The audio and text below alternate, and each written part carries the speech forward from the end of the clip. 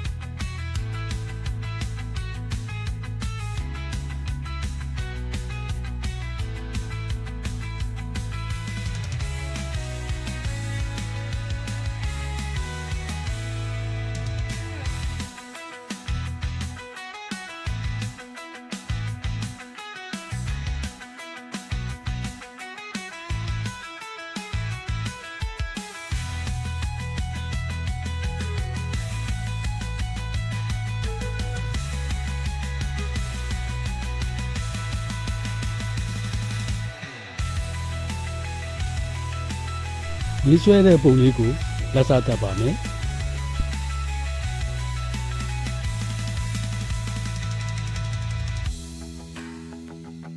မိညာပြုခဲ့တဲ့မူရင်းပုံကိုလည်းရှင်တွဲပေါ်ပြလိုက်ပါတယ်